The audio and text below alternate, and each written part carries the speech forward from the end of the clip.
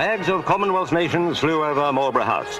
It was the start of the Commonwealth Conference, and Mr. Wilson prepared to face demands for stronger action over Rhodesia.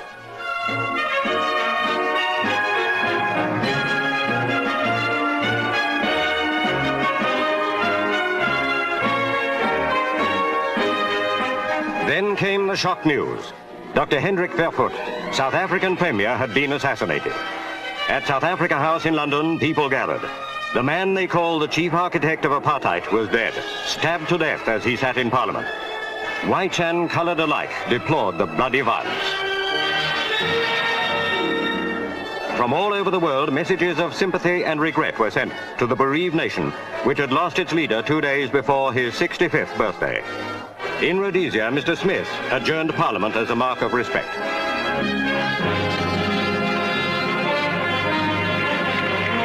Though forceful in his policies, Verwoerd was a retiring man who seldom attended public functions. Many said he was living on borrowed time, for it was at Johannesburg Agricultural Show 6 years ago that he cheated death in one of the most dramatic assassination attempts in history.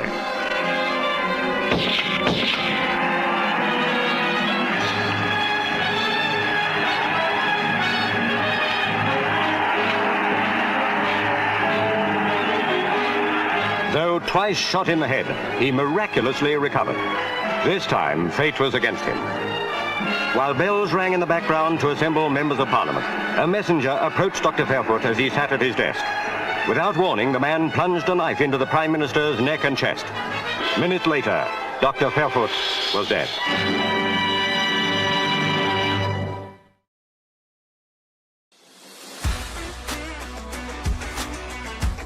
Hi, perhaps you recognize me. It's your favorite president. We will decide who comes to this country and the circumstances in which they come. Anybody in this country doesn't minimize their tax. They want their heads ring. You're gambling with the lives of millions of people. You're gambling with World War III. The answer is Mike, because I want to do you slowly. I was saved by God to make America great again. We shall fight in the fields and in the streets. We shall fight in the hills. We shall never surrender.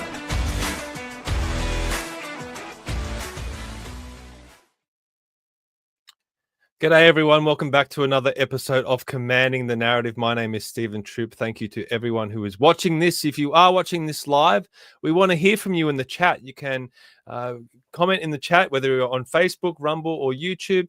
And at some point in today's conversation, I will put the link to StreamYard so you can call in, ask a question, or just make a statement. Whatever you want to do, just have your say and use that option. But we've got a big guest today that I want to get to very, very soon. But a lot of stuff has been happening in the world of Commanding the Narrative and Australians for Better Government. Also, Let's Rethink Renewables. So I just quickly want to touch on those things first. So let's kick it off the way that we always do it, is by directing you to commandingthenarrative.com. It's the best place to go to keep up to date with everything that's happening with Commanding the Narrative and everything that I'm doing, the form of podcasts that we've done, also articles and newsletters that we've done. Check those out. And also upcoming events. If you want to know who's on the podcast this week, head to commandingthenarrative.com and you'll find all that information there. At the top right-hand corner is the sign-up button. You can click that and get a regular newsletter, and also the donate button if you want to contribute to us. We've had some big bills lately with the website and everything. So if you can contribute in any way, it would be much appreciated. It helps to pay for the website, the stream, and most importantly, gives me a very warm and fuzzy feeling inside, which is very important. Also, really big things have been happening with Australians for Better Government. I've been doing a lot of interviews lately, which I'll talk about in a second, but please head to australiansforbetter.com. Find out what we're doing with ABG and about reforming our system of government. You can read our prospectus, which is here on the front page. You can download it, share it out to everyone that you know, put it in your email list or whatever you need to do. And also, if you're on the Gold Coast or around the Gold Coast in Brisbane or Ballina or the Tweed, please come along to this event on August the 3rd. It's a Sunday at the CSI Club Southport on the Gold Coast. We're going to have some great speakers, Dr. Christopher Reynolds, Senator Malcolm Roberts, Senator Jared Rennick, and of course, Kevin Lockray and myself. This is all going to be about shaping the future of Australia's government. So a lot of people are buying tickets already. Please head to australiansforbetter.com and get your tickets, and also sign up to be a member of Australians for Better Government. The more members that we have, the stronger our movement will be. The other important thing that's happening right now is Let's Rethink Renewables. Now, Let's Rethink Renewables has also put out a new prospectus as well. So again, head to letsrethinkrenewables.org and you'll find this prospectus here. Goes through all the challenges that people in rural communities are facing with the reckless rollout of renewable energy across our landscape. So head to the website, download the prospectus, again, share it out to everyone that you know, and help us in this pushback against the rollout of renewable energy. I mean, it may work in some places, but it is very destructive in others. So we want to highlight those issues. And if you're on the Gold Coast, there's just announced there's an important event coming up on the Gold Coast in September. It's the Securing Our Energy Future Gold Coast Forum, hosted by Let's Rethink Renewables, again at the CSI Club Southport on Sunday, September 14th, 2025. I will be announcing some great speakers for that event in the coming weeks. So also, as I said, a lot of stuff's been happening in other areas as well. I've had this article published in The Spectator this week. Please head to thespectator.com.au and read this article. It's all about Chapter 2 of the Executive. It relates to Australians for Better Government. So check that out. Also, I've been doing a lot of interviews for Australians for Better Government, most notably with the Daily Australian. You can find that on the Daily Australian or the White Rabbit, and you can check that out there as well. Almost looks like we're looking at a bit of a mirror image there.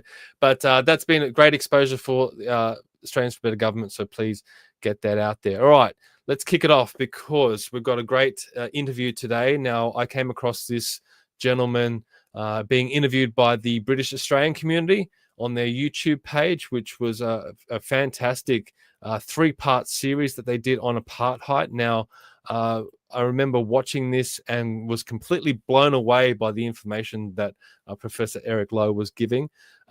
It all related to the history of South Africa and the history of apartheid. And each time they would release one, I couldn't wait for the next series to come out. So it's going to be a great pleasure to have Professor Louw on the show today. He is a retired professor in political communications, starting in South Africa and then ending in the University of Queensland. He's been a journalist, an activist. He was part of the United Democratic Front, the UDF, in South Africa, and also the African National Congress, the ANC. So he's got a lot of stories and a lot of knowledge to share. Let's bring him on now. Professor Eric Louw, welcome to Commanding the Narrative. Yeah, hi. So it's a great thrill of mine to have you on because I've been watching all your interviews, and what I find in your interviews is you always bring such a wealth of history and knowledge to these interviews, and you always present information that you haven't in the past. I don't know how you cram so much in that mind of yours, but I guess it's all based on lived experience. Can you I'm very old. I'm very old.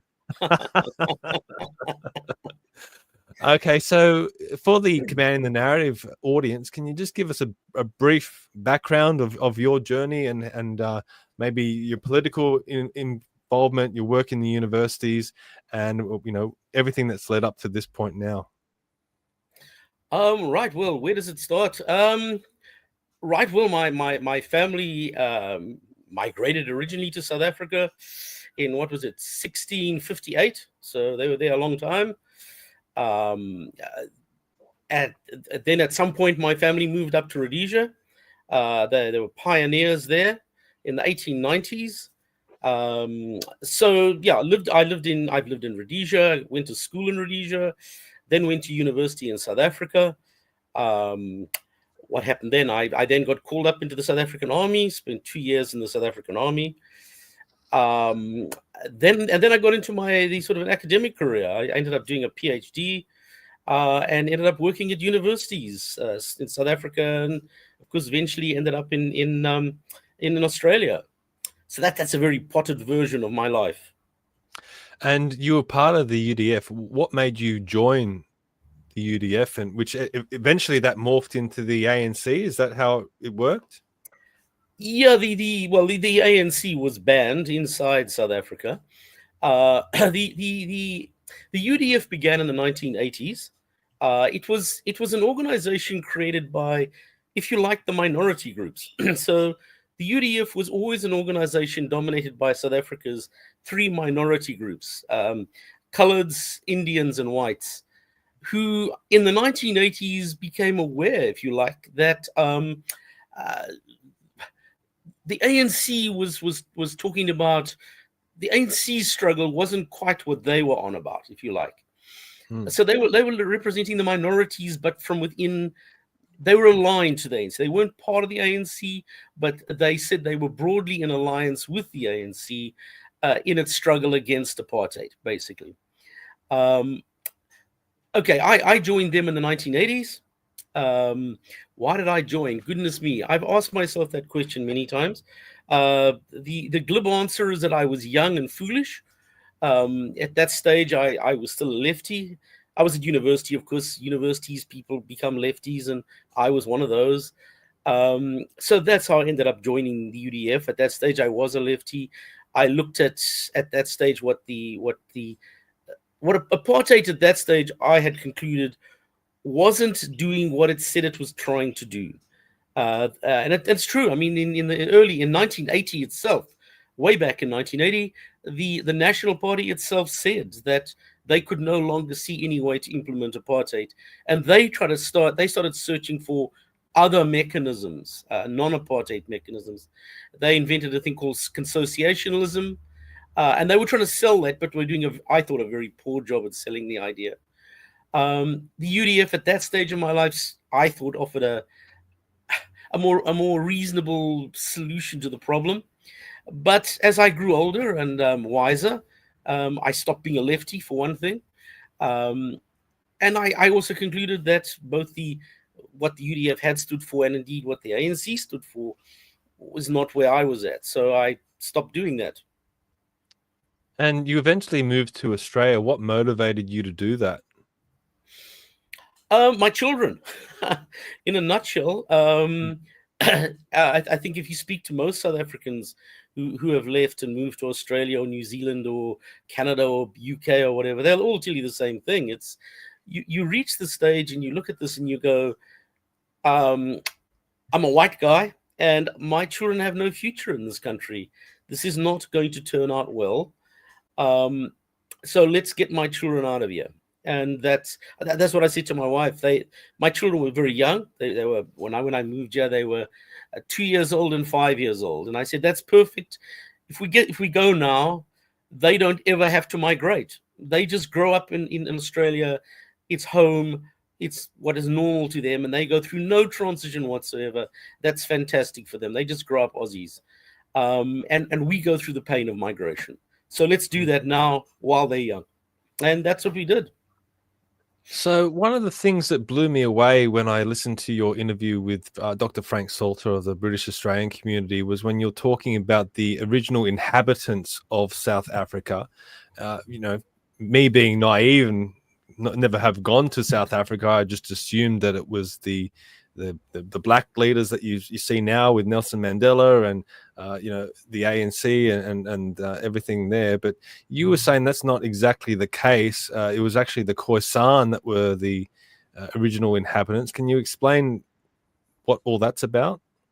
Yes, indeed. The Khoisan are a completely different ethnic group. I mean, if you look at them genetically, they are completely unrelated to black people genetically. They're their own separate ethnic group. And they, in fact, were the original inhabitants of pretty much the whole of Africa, south of Ethiopia, really, from Ethiopia all the way down to South Africa. That whole bottom bit of Africa was Khoisan. And you see the evidence of that all over the place. So, in fact, if you all over Southern Africa, East Africa, you have what are called Bushman paintings. If you go to caves all over the place, there are Bushman paintings in all of these caves, which were done by the Khoisan. Now, at a certain point, the black folk, what we now think of as black Africans, there are of course different black groups as well. They're not all ethnically the same group. But the group that I'm talking about, the ones that now live in Southern Africa, are called Bantu. And they seem to have come from an area on the Cameroon-Nigerian border. That's where they seem to have originated. And at some point, they exploded outwards and began migrating. And they migrated all the way down Africa, slowly, systematically, over a very long, over thousands of years, basically. They moved from that area, which is now, say, the Cameroon. First of all, they moved eastwards into East Africa. Then they moved down the East Coast, down through East Africa, Mozambique, until they eventually got to South Africa. They also came down the West Coast through Angola, Congo, until they got to Namibia. And they came down through the central part of Africa, through the Congo, Zambia, Zimbabwe, etc. So these migrating waves down. And when white people arrived in the Cape, when the first Dutch settlers got there in the 1600s, there were no black people in that part of Africa at all. They hadn't arrived there yet. So white people and black people first met at a place called the Fish River. Whites had migrated, eastwards, isn't it? Westwards, eastwards. Whites had migrated eastwards from Cape Town, and blacks were migrating down Africa from the north. And they met at a place called the Fish River, which is sort of in the middle of South Africa. And even today, that part of South Africa, everybody in South Africa still calls it the border, even though there's no border there at all anymore, because for so long it was the border between black people and white people when they met at the Fish River. So it's from an Australian perspective, it's a little bit different in terms of, here we have the Aborigines that were here, and then the argument is that the British came and displaced them. Whereas in South Africa, it's far more complex, isn't it? So you have the Khoisan, then the Dutch arrive in the Cape, and then as you said, the black Africans are moving down from the north, and then you also have the British come in as well later on. Those two conflicting white groups. So it's really a completely different situation to what's here in Australia, isn't it? Yep. And of course, the other group you've got, which has had a huge impact in South Africa, was that because when the whites got to the Cape, as I say, there were no black people there. There were Khoisan. The Khoisan are very much like Aboriginals.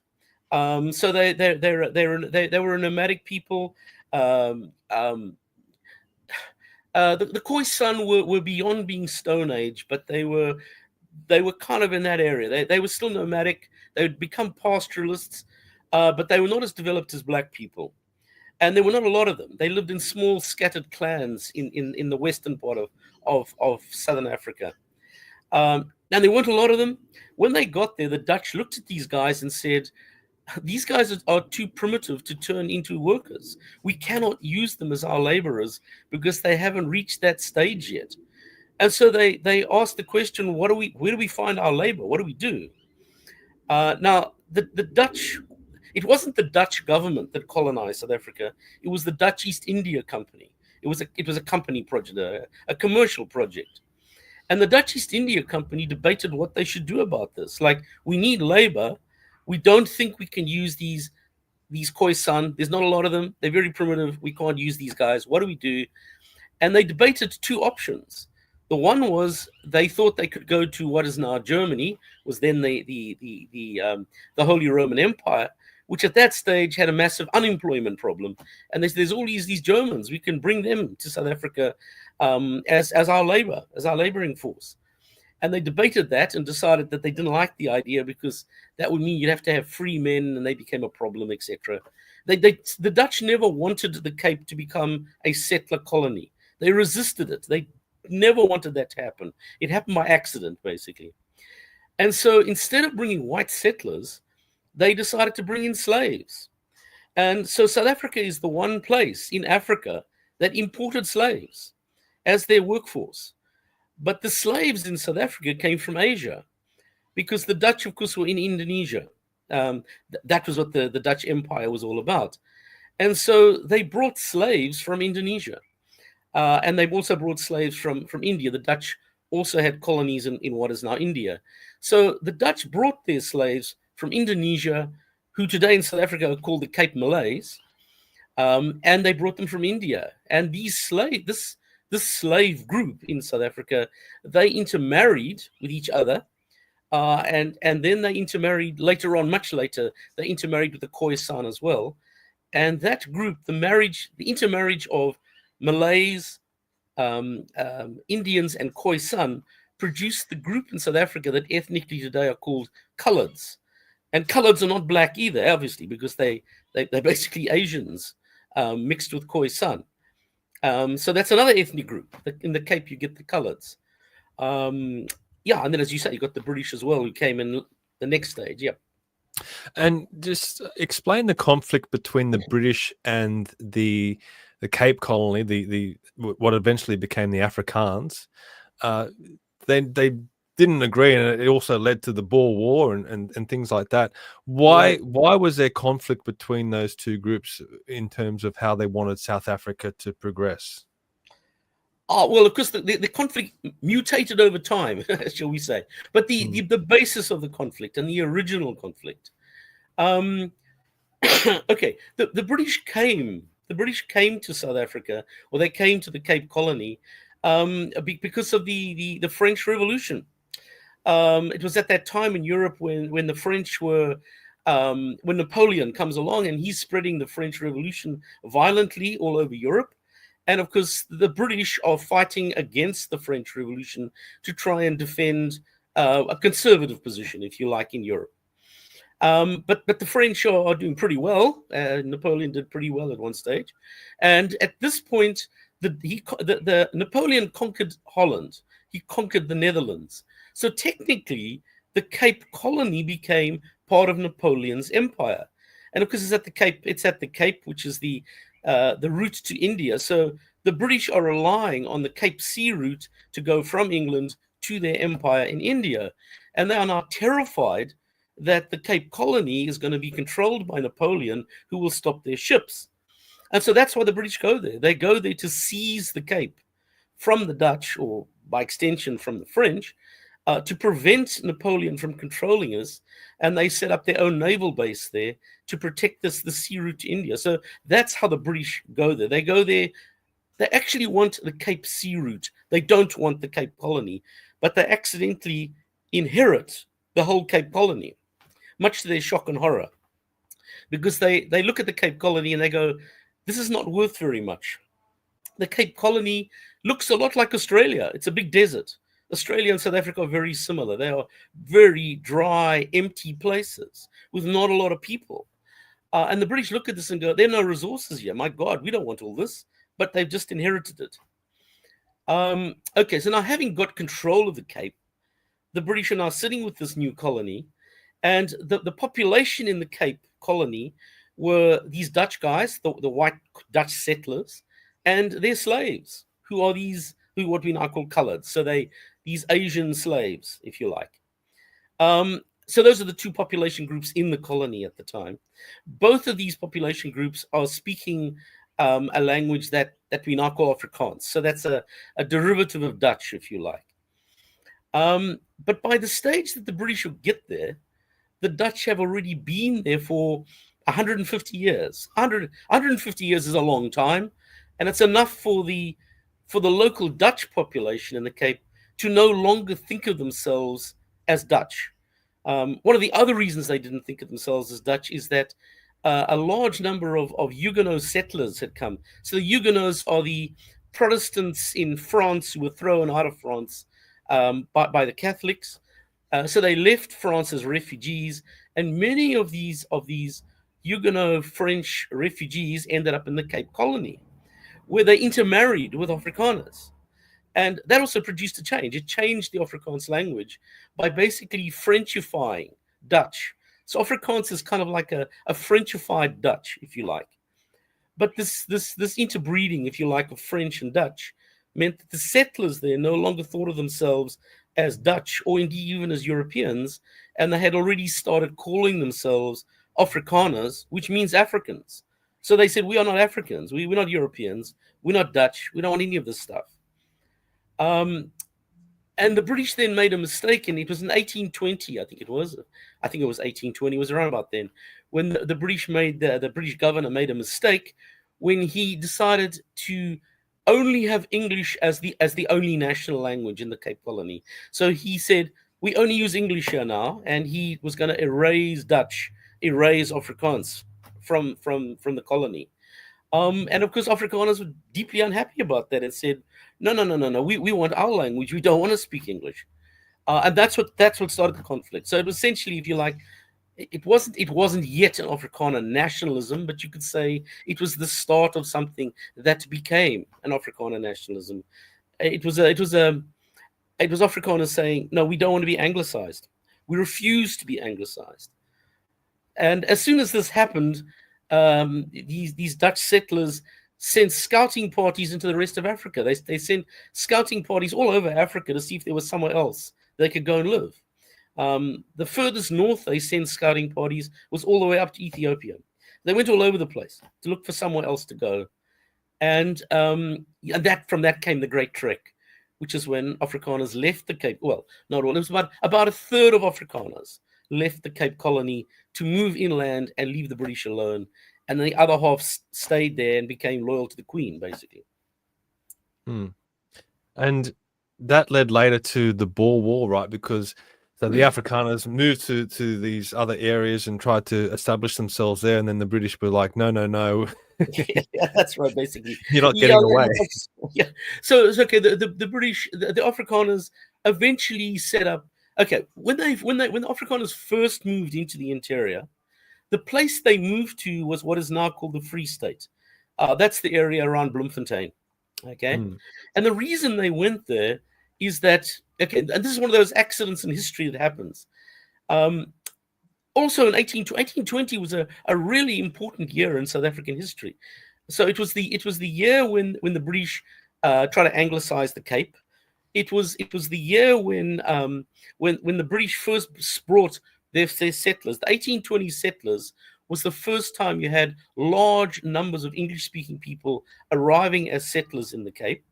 And the other thing that happened in 1820 was that up in what is now KwaZulu-Natal, a man by the name of Shaka, he set up a new tribe, basically.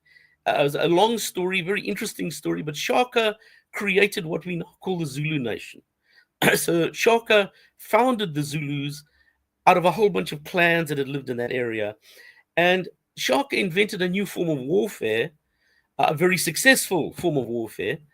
And because he built this incredible military machine, this new nation that was highly militarized, he then unleashed across southern Africa something that has ever since then been called the Difakane.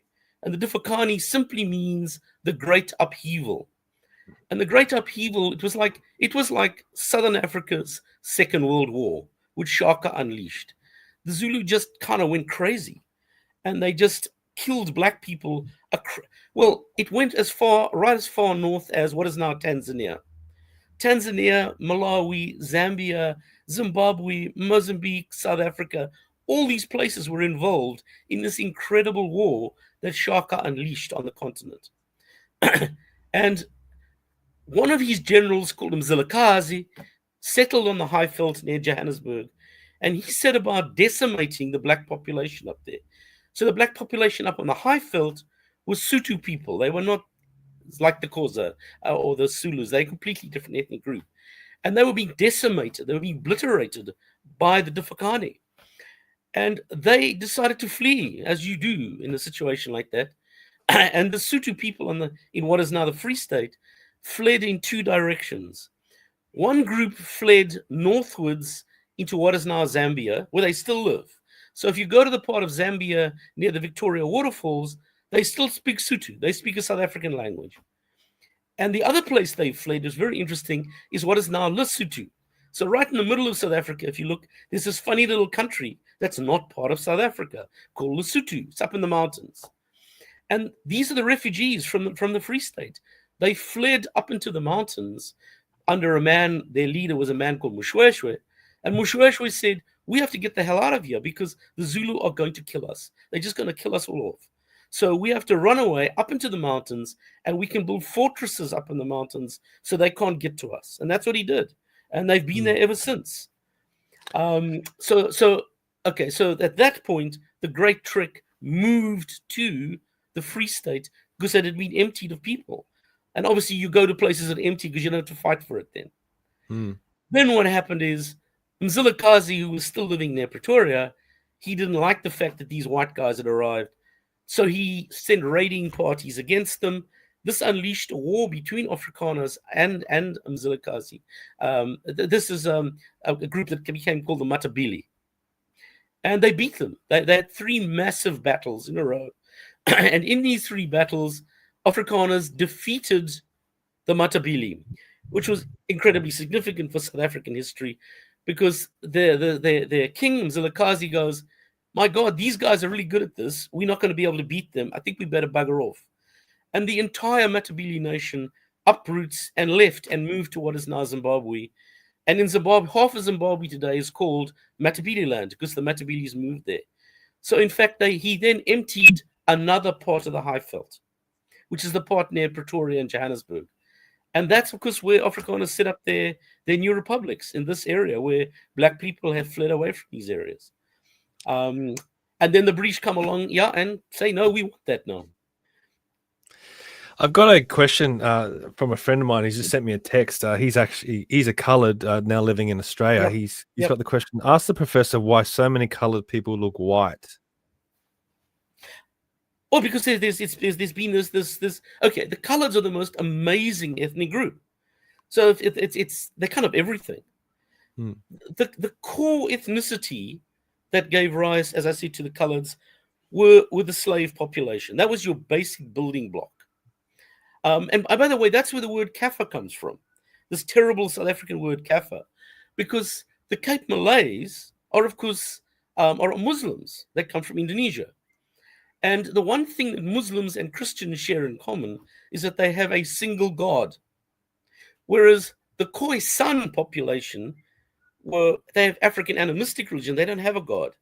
And so it was in fact the slave population who called the Khoisan Kafirs, which means non-believer. They don't believe in a God.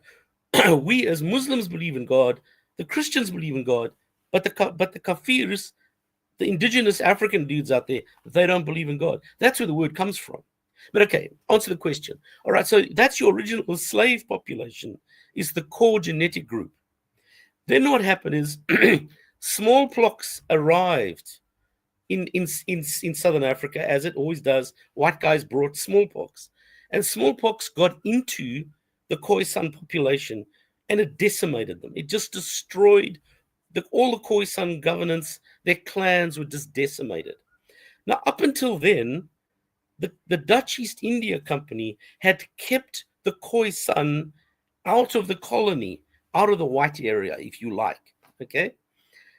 But when smallpox decimated the Khoisan, all the refugees, the remnants of what was left of these Khoisan populations, fled into the colony as refugees. And they were starving because their societies had collapsed. And at that point, the Dutch East India Company let them in. So that's when the Khoisan arrived in the colony, settled in the colony. And now you had this interesting situation where you had an unfree population. The slaves were unfree.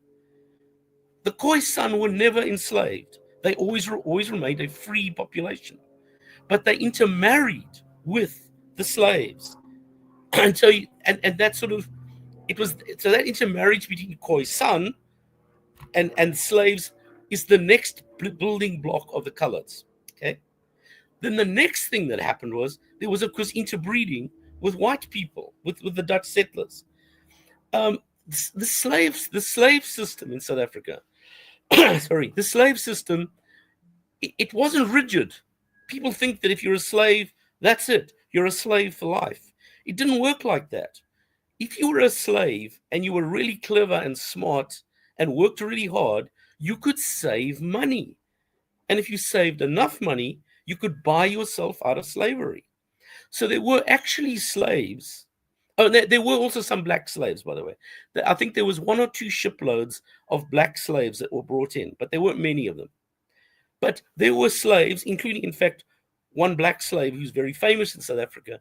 And these slaves were smart. They bought themselves out of slavery.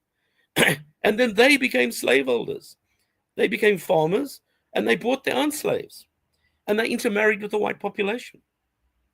And at the bottom end of the white society, white guys that were not successful also intermarried into the colored population. So, in fact, large numbers of white people intermarried into the the colored population. And the other group that did that was the sailors. At that stage, as you know, it was not a great thing to be a sailor. In fact, you were press ganged into being a sailor. You didn't want to be there. After the ships left Europe and sailed to Asia, the very first land that they got to was Cape Town. And so a lot of the sailors jumped ship. They would go, my God, I'm out of here. I don't want to be a sailor. And there's a range of mountains. It's called the Hottentot Hollands Mountains, because Hottentot is the word for Khoisan, and Hollands, okay, Dutch. That was the border. You could see the border. It was visible in the distance. And the law said, if you got across those mountains, they didn't come and get you. The police left you alone. Because the Dutch government, the Dutch authorities, anybody who jumped ship, the Dutch agreed they would arrest them, they would hand them back to the ship. But if you got across the mountains, they left you alone. So all of these sailors who jumped ship would head for the mountains, quite literally. And they would go and they would intermarry with the Khoisan.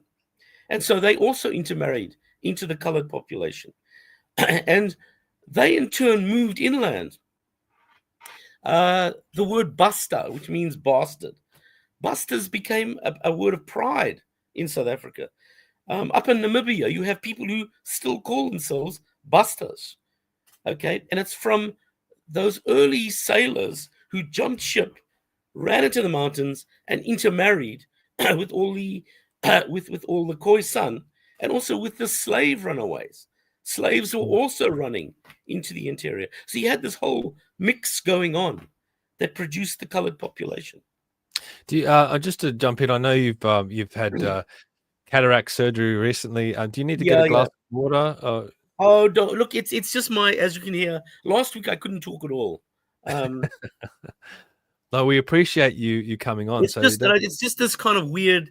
It sounds not so great, but trust me, I'm not sick. It's just irritating. No, as long as you're comfortable, that's all. I mean, I just want to give you the chance. Oh, yeah, I can. Yeah, it's all good. Okay, so what you're basically describing is this hodgepodge of all these different nationalities and cultures and races and ethnicities. The Dutch, the English, the Black Africans coming down, the Khoisan, all the slave from the slaves from Asia. Now the genetic flow went both ways. So as I say, white people interbred into the colored population. But it went the other way as well. So, in fact, if you look at the genetic profile of white South Africans, South Africans have about 2% of their blood is either slave blood or Khoisan blood from the slave things that moved the other way. Yeah. Okay. So, from what it sounds like is that these different groups are intermarrying, and it's muddying the waters even more. Yeah, that would suggest that I guess they're at least getting on enough to the point that they are intermarrying. Where does the idea of apartheid come into this? Why? So maybe take this opportunity now to explain the origins of apartheid and what was the original goal of apartheid. Okay, right. So apartheid was okay, so remember, it's now apartheid was actually created essentially against the black guys, the guys up in the north. So once the settlement moved north, once you cross the Fish River, that's when you get black guys. All right, but okay, so what's this all about? To understand apartheid, you have to go back to the 19th century. So the 19th century is when Cecil Rhodes invents a whole new economic system. It's when they discovered diamonds. It's when they discover gold. Now, Cecil Rhodes, he invents a form of mining, because this is very deep level mining. And he looks at this and goes, the only way we can make this economically viable, okay, is that we have to have cheap black labor. So Cecil Rhodes invents an economic model that relies upon cheap black labor, in a nutshell, okay? But now, if we look at South Africa, as I've said, South Africa, like Australia, is big and empty and dry. Like Australia, it was a very unpopulated place, very empty, not a high density of population. So the problem is now Rhodes, of course, is building a British economy. Rhodes was the Prime Minister of the Cape Colony at this stage. And he's trying to build an economy that's going to be a British economy so he can build his British empire in Africa, which is his dream. Okay, now, he comes up with this idea of cheap black labor, but the problem he faces is, because South Africa is very dry, it's a semi-desert area, and it doesn't have a lot of people, including not a lot of black people, he doesn't have enough labor. He can't find the labor to use on the mines. And so Cecil Rhodes invents the idea of migrant labor. And what he does, it's in a sense, it's a brilliant adaptation. He solves the problem of Southern Africa. And the problem he solves is, how do you build an economy in such an inhospitable place? We've got these minerals. We haven't got the miners to get it out of the ground. He imports them from the rest of Africa in huge numbers. And so in fact, they set up an organization called Wenla. And Wenla was the recruitment agency. Wenla recruited black people from basically the whole of, from the Congo, from Zambia, from Angola, from Malawi, from Mozambique, Lesotho, wherever. They just recruit these guys from wherever they can find them and move them to the mines. Okay, now you have to understand that up until when Rhodes creates this new mining economy based on black labor, if you'd gone to South African cities, they were not black. In fact, South Africa would have looked a lot like Australia. They would have been white settler colonies. These were white settlers. And of course, in the Cape, you had coloreds with them. So you had coloreds and whites, not black people. Now, suddenly, Rhodes is importing all these black guys. Okay. And that became what the National Party argued against. So, in fact, it was a number of theorists back in the 1930s. There were theorists back in the 1930s who looked at what the British were creating, and they said, now remember, these are Afrikaner nationalists. And as Afrikaner nationalists, they say, the British are going to destroy us. They're going to destroy us because they're creating this new society, which is importing huge millions of black people are being imported into the country. And they say, this is going to change the entire demography, but it's also going to change the culture. Because in the process, black people are being detribalized. They are losing their original culture. They're being turned into something else. And so the British are, in fact, inventing, if you like, a new people in Southern Africa. And the National Party says, this is going to swamp us as white people. In fact, they went something like this. Their criticism of English-speaking South Africans is, you guys are only interested in making money. That's all you care about. And good luck to you. You're going to do well. You're going to set up your businesses and your mines, and you're going to get rich. And then after you've transformed South Africa, turned it into a black country, and made all your money, you're going to leave us with the shit. We are going to sit with this. We are going to be a minority, a small minority of white guys living in amongst all these black guys. And they will be the majority. And they will turn around and say, this is our country now. And so the National Party said, we have to stop this. We have to stop this happening. Okay, and so they invent the idea of apartheid. But the National Party can never persuade white guys of the idea. White guys do not vote for the National Party in the it goes back to the 1920s, in fact. 1920s, 1930s, 1940s, they don't vote for them. They carry on voting for Herzog, who's a moderate nationalist, and they vote for Jan Smuts, who's pro the English guys, all right?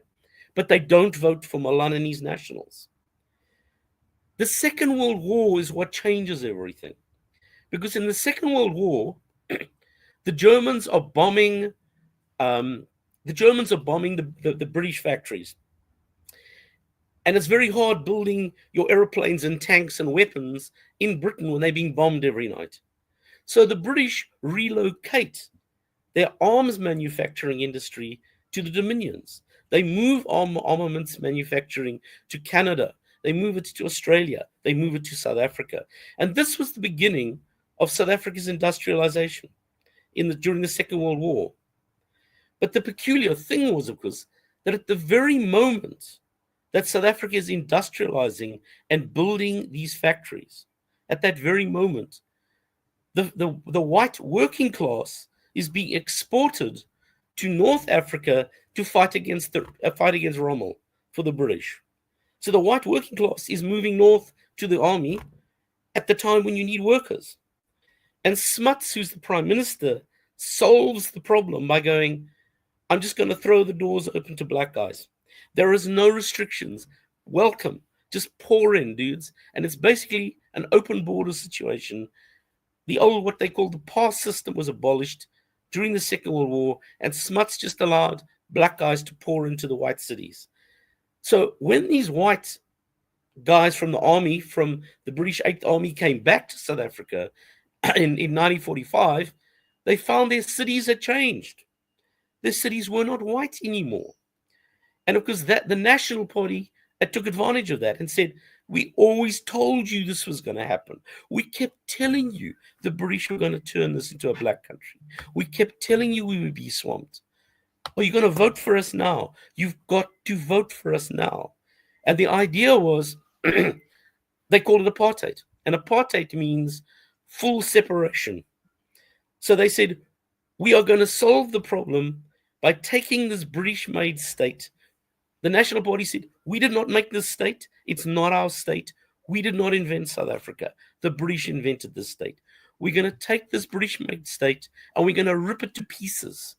We're going to break it up into, 11 separate countries. And we're going to give each black nation, the Zulus, the Xhosa, the Pedi, whatever, we're going to give them their own countries. And we're going to give them their independence. And what's left of the country will be ours, and we'll be a demographic majority there, which means we will not be swamped. We will solve the problem. They said, we will send black people back to where they came from. We will reverse the flow that the British have done. That was apartheid. When you research apartheid, it's described as segregation. So basically, you see a lot of images of doorways where it's got an entrance for white people and an entrance for black people and an entrance for colors and all of that sort of thing. What you're describing is something completely separate, where the National Party is saying, no, let's divide South Africa up and each group will live in its own area and have its own rule and everything like that. Why did this part, this argument of segregation, I guess, be linked to apartheid when you're describing something completely separate? Yeah, okay. The segregation it's a British-made policy. The British invent segregation, and they invent segregation as the way. Okay, the British create the British Empire. If you create a global empire, per definition, you are throwing races together. Many races, many ethnicities. And that is what the British do wherever they go. They throw people together like this. But the British invented a way where they could maintain their own culture. It's very clever. What the British do is, it's called segregation. And segregation means you create these administrative units. Call it South Africa, call it Australia, call it Virginia, call it whatever you will. All these different units that the British created in their empire. And what they wanted was for all these different ethnic groups to work together during the day. So economically, you want people to work together. However, you don't want them to live together and to socialize together, and you don't want them to mix together. So segregation is the solution to an empire problem, where you're going to have a multi-racial, multi-ethnic empire. But the British always keep their own suburbs, their own little parts of the place where they live separately. They go to schools, they've got their own little world, separate from everybody else. And at night, you go back to your own separate worlds. And so the British, throughout the empire, maintain their own British identity through using segregation. That's what they did. They also brought segregation. And to cut in quickly, that happened here in Australia. Aboriginal people used to have passes or dog tags to prove that they were given a pass to be able to go to work, and they would have to present that to the authorities. It's exactly the same model. It's the same model you see all over. I mean, it's the model you have in the Caribbean. It's the model you have in the 13 colonies in America. That's why they eventually have the Civil War there. You have it in every single part of the British Empire. You have it in India. You have it in Australia. You have it in South Africa as well. It's how the British run their empire. Is it what you could also call the class system? Oh, but well, actually, one of the guys that I was telling you in the 1930s, the apartheid theorists analyzed this stuff. The one who I think was actually the smartest of all of them, everybody fast forgotten about him these days. He was a guy called Jeff Cronier, and he wrote a book, and he analyzed the British Empire in the 1930s in South Africa. And he was the guy who said, we are in big trouble as Afrikaners and he described what the British Empire was going to do. And he said, the British they got the segregation thing, but they're bringing all these black guys in. They are detribalizing them. They are teaching them English. So he said, what we're going to end up with in South Africa is a dominant black culture that will be the majority culture. They will speak a sort of English. It'll be a local South African variety of English. They will be semi-Westernized, but not properly Westernized. They will be semi-Britishized, but not actually British. And they will be the dominant new culture. And they will take over. And it's exactly what happened. I mean, this guy predicted what South Africa would look like 50 years later. And if you read what he wrote, it's exactly what we see today, to a nutshell. I mean, if as an academic you can predict the future, you're pretty smart. And he got it right. Segregation, was the model applied in South Africa. It wasn't a class system. It was an ethnic ranking system. In fact, Cronier used the word, he said, what did he call it? A caste system. He said in South Africa, the British have built a caste system based on race, with the British at the top. Then the second layer is Afrikaners. The third layer is Indians. The fourth layer is coloreds. Then you get the British liked some black groups and didn't like others. So they liked Zulus, but they didn't like Sutus. And they just ranked all these races until you got to the very bottom. And the people the British ranked at the very bottom were Khoisan. And there was a whole ranking system. And you were kind of segregated along the lines of that ethnic ranking system. Now, the National Party rejected that and said, this is awful. In fact, the National Party always went to black guys and said, why do you want to be British? Why are you learning English? Why are you giving up your own Zulu culture? You should be proud of being Zulu. We're proud of being Afrikaners.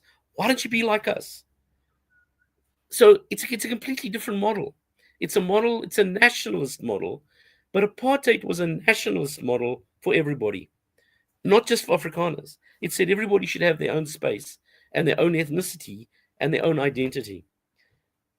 So not segregation, if you like. So why is that argument used, though? Is it just because the waters were muddied so much that people were looking from the outside and going, well, there's segregation happening here. This must be the result of apartheid. For a start, because so the British put the segregation model in, The Nats don't take it away. You must understand that when the National Party first came to power in 1948, they didn't actually win enough seats to get in. They had one. They were once, I think, they were 2 seats too few. They didn't win the election. They had to rely on other. They had a coalition with another party who were not on their side. And for the first 10 years of National Party rule, they were never quite sure if they were going to win the next election.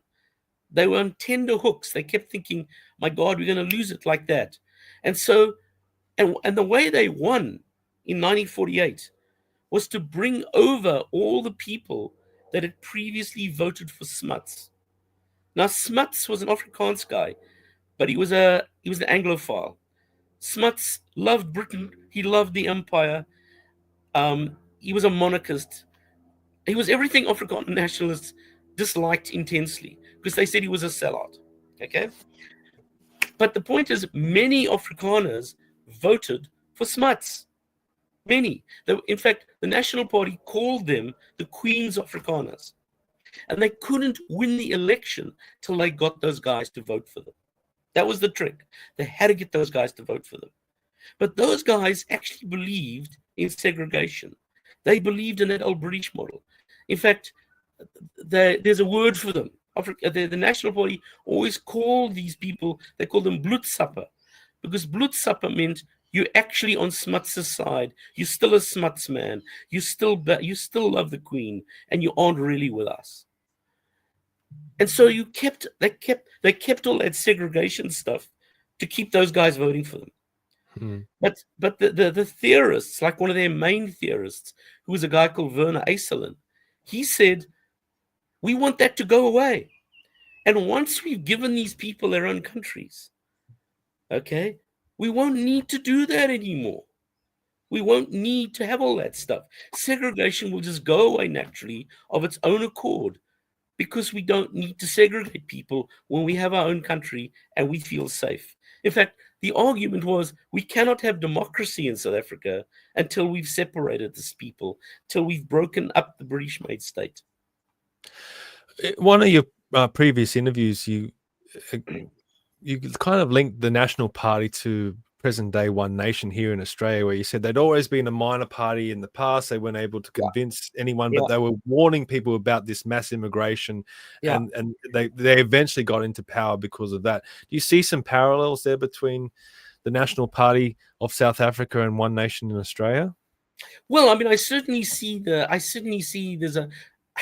I think there's a whole bunch of people in South Africa, in Australia, including myself, who kind of go, why do you have this mass migration thing? This is an appalling idea. Because it's going to, why would you muddy the waters like this? Why would you bring in large numbers of people who are of different ethnicity and are difficult to integrate? It's going to create problems in the long run. So, because One Nation essentially would be a party like that. You would say, why are we doing this? This is not smart. But yes, in the case of the National Party, they remained a small minority party literally for 25 years when they just couldn't get off the ground until the Second World War was what gave them the key. So what you're describing is apartheid, breaking these different groups up, giving them their own lands and their own autonomy, and basically saying, you guys, good luck, off you go. Yep. You run yourselves, and we'll all live happily ever after. Obviously, the move to that would have created a lot of upheaval. You're moving people out of there. And it didn't happen. Yeah, and the point is, it didn't happen. And you got to ask ourselves, why didn't it happen? Now, okay. When I've looked back now and tried to understand what went wrong for the National Party, I think it actually turns out that it was actually the assassination of Verwoerd that changed everything. Verwoerd was a very hard-assed guy. He really was a hard-assed guy. He was that kind of politician that scared the hell out of everybody, even on his own team, because he played hardball. Now, Verwoerd was the guy who said, we have to do this. We have to break the country up into these separate states. It's going to be really hard, but if we don't do it, we will not have a future. we will just be obliterated by this other thing that's going to happen. Now, he then gets assassinated, okay? And it turns out that Verwoerd had realized that in order to do this, okay, this has never been written down anywhere, but I've heard this from a number of different people that I've spoken to who were in the National Party, who all said that Verwoerd had said he was going to suspend democracy in South Africa because it was blocking him from doing it. And remember, he was getting resistance from a number of different people when he tried to implement apartheid. So he was getting resistance. The two groups that gave him resistance, and it was the National Party's own fault, because they just never worked out a sensible policy toward these guys, were the Coloureds and the Indians. The apartheid just didn't have a sensible policy toward these guys. And so they had Coloureds and Indians resisting them and saying, bugger off, what about us? Okay. Curiously, the guy who invented the National Party, D.F. Malan, at one stage in his life had argued, he said, Coloureds are like us. They're our people. We have to let them in. Herzog also said that. However, Verwoerd didn't say that. Verwoerd said, no. That's not going to happen. But he never came up with an answer to this. He was also, of course, getting resistance from urban black guys. Urban black guys are the guys, they are the big losers. Because it's black guys in the cities who the National Party wants to send back to where they came from. And it's black urban people who put up the resistance because they don't want to go back to where they came from. But there was another group that was resisting apartheid. And that, of course, was Anglo businessmen. The economy in South Africa has always been run by English-speaking South Africans. Okay? And English-speaking South Africans were horrified about apartheid. Absolutely horrified. Because if you implement apartheid, you take away their cheap black labor. Per definition, you're sending the black guys away. Goodbye, cheap black labor. Goodbye, cheap labor. And so the Anglo businessmen the liberals were absolutely vehemently opposed to apartheid. And they could put up resistance because they're rich. Rich people can always put up resistance. Now, Verwoerd and of course they had the vote. These English guys represent 40% of the electorate in South Africa. They can switch the machine off, and they did. They put up huge amounts of resistance. And Verwoerd apparently had said, I'm going to declare a state of emergency, and I'm going to actually put democracy on hold for a decade while I do this. Because if we're going to rip the country to pieces like this, it's going to hurt a lot of people. Not just black people. It's going to hurt white people too. Because if you look at the original model that Aislinn came up with, Aislinn was the main theorist of how you were going to roll this out. And Aislinn had said, if you're going to make apartheid work, you've got to create serious black states that are viable. They have to be economically viable states. That means you've got to give these guys a lot of land. And according to the Aislinn model, you wouldn't just do it overnight. You would slowly, systematically roll out the transfer of land and build these black states until they were viable economic states. And he said you'd have to basically give away the whole of the Northern Transvaal, the whole of Natal, and the whole of Eastern Cape. That's a lot of South Africa. And it also happens to be the agricultural part of South Africa. It's the bit where it rains. So Aislinn was actually suggesting giving away an awful amount of valuable resources to black guys to make this work.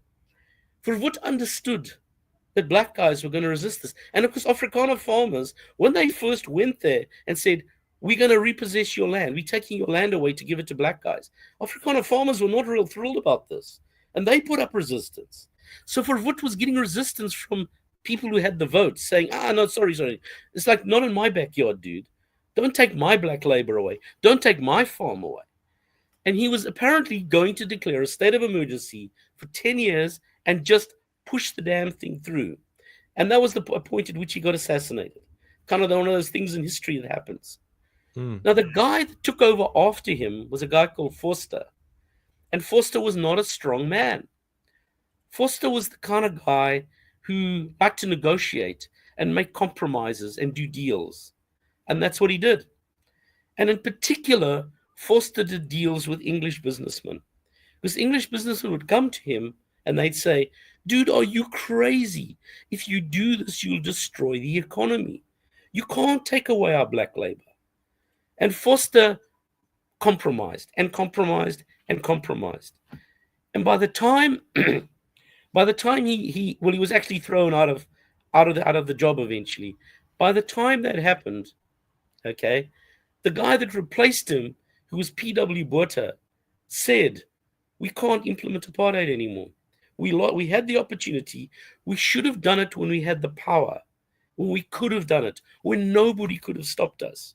But we didn't. We lost the opportunity. We can't do it now. That was in 1980. When the National Party says, apartheid's not going to happen, we have to come up with another plan. And they come up with this other plan, which they call consociationalism, which they then try to implement instead. And at that point, the National Party splits into the conservatives, who remain loyal to Verwoerd and apartheid, left the National Party to form the Conservative Party, and the rest went with Botha to try and do this other thing. So, do you think it's safe to say that Verwoerd's assassination was a real turning point for South Africa and apartheid, because the leaders that came after him were just not up to the challenge? And at the same time, you've got the ANC in the background as well, with Nelson Mandela and you know, a cast of characters there. Is that when it all fell away? Verwoerd's assassination. That's basically. Well, as I say, I think when I look back and I think, I suppose the question I asked myself is, they had this model. I look at the model. So if I look at the apartheid model, it makes sense. It's not a crazy idea. If you look at it from an Afrikaner nationalist point of view, they called it a radical survival plan. They said, if we're going to survive as a people, we have to do this. It's not nice, but we have to do it. And then you say, okay, you had this viable plan, so why didn't you implement it? Because you didn't. What went wrong? And it looks to me that if you just look at the facts, up until when Verwoerd gets assassinated, he is serious about doing it. And I think he would have done it. Vorster is the guy who doesn't do it. He procrastinates, he negotiates, he makes deals, and he wastes 10 years. And by the time I think the next guy, P.W. Botha, was also a very tough, hard-ass guy. Ironically, he could have done it. But he realized he couldn't, because by then the situation had changed. The balance of power had changed. I mean, one of the key things that had changed by then is that the Portuguese Empire had collapsed, and Mozambique was now run by a Marxist government right next door. That changes everything. That changes the security situation dramatically, because you've now got a guerrilla war that's possible. You can't do the same thing anymore.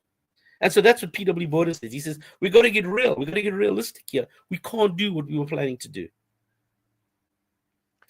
Okay, so the link to StreamYard's now in the chat if anyone wants to call in and ask a question or make a statement. But let's talk about the ANC. Now, they were banned in South Africa, and a lot of their leaders were exiled. They went to places like East Germany and different places where you said in previous interviews they were radicalized with Marxism and communism and different things. What led to the ANC being unbanned in South Africa? What led to the ANC being unbanned? Okay, at the end of the day, if we're looking at that particular date, I mean, it's 1990 is when they unbanned them. And in 1990, you notice that this happens a few months after the Berlin Wall comes down. In a sense, that is what triggers de Klerk to do this. So he has, in fact, not de Klerk's, yeah, but the guy before him, P.W. Botha, in the mid 80s, had already been negotiating with the ANC to stop the war. Okay, so it wasn't like they were just keeping them in jail forever. In fact, every single year, something people don't know, but every single year, Mandela, for example, would get a letter from the state president saying to him, "We will let you out of jail tomorrow if you do the following things. You renounce violence, you renounce your South African citizenship, and you move to the Transkei." Because Mandela originally came from the Transkei. And Mandela's cousin, a man called Matanzima, was the head of that particular black state. So they would say, that's where you came from. Go to the Transkei, become a citizen, and go and do your politics there, and renounce violence. We'll let you out of jail immediately. Okay? Okay. But they'd still be negotiating anyway with the ANC from 1986 roughly onwards. Okay, but 1990 is when they unban the ANC. And it's because the Berlin Wall has come down. And what happens is de Klerk says, this is a fantastic opportunity for us. Because since 1950, the South African Communist Party and the ANC have been in coalition. It's exactly like the coalition in Australia between the Nats and the Liberal Party. It's a coalition exactly like that. So this coalition between the Communist Party and the ANC, okay, has been operating, for 30 years at that stage or more. But within that coalition, the Communist Party were the senior guys, unambiguously. If you were a serious politician in the ANC and you wanted to have a good career, you joined the Communist Party as well. And the reason was that it was the Soviet Union who were funding this. The Soviet Union were training the guerrillas. They were funding the ANC. You get the idea. And so that's the story of he who pays runs the show. And the Soviets ran the show, unambiguously. So Mandela and Mbeki were both members of both the ANC and the Communist Party. Now, the security police went to de Klerk at this stage and said, we've got them now. We've got them. With the Soviet Union collapsing, their flow of funds has just dried up. Their flow of arms has just dried up. These guys can't fight a war anymore. They buggered. Let's unban them. Let's bring them home now. And we'll bring them back, and they will be very weak. And we will be stronger than them, and we will be able to negotiate a new constitution with them. Now, the National Party, when they went into the negotiations with the ANC, they were trying to sell this consociational model. That was the model that the National Party took to the negotiations. Okay? And then ANC didn't want the consociational model at all. They wanted one person, one vote in an American type system, if you like. Now, okay, and at the negotiations, if you look at the first part of the negotiations, the National Party was winning the negotiations. The second part of the negotiations, the ANC started winning. But it really was about the Klerk deciding, this is our moment.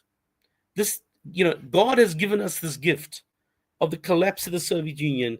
They are weak. Let's use their weakness. And then it didn't quite turn out the way they planned to have it turn out. And essentially, you've got the National Party pushing for apartheid, which you've just explained is the separation of all the different groups into their own nations. But on the other side, the ANC is pushing for one man, one vote, which is basically black majority rule. They want everyone to be all together, but they know they've got the numbers. They know that they're going to be in charge because the majority of the black population would vote for the ANC. And that's what's happened ever since, right? Yeah. Well, of course, it's even slightly more complex than that. Remember, the ANC are socialists. They're communists. And there's one thing about the left are opposed to traditional society. Per definition, they progressive. That means they want to change the world into this new utopia, whatever that is, okay? But they're against traditional society. But they're not only against Western traditional society. I mean, Western traditional society is your aristocracy, if you like.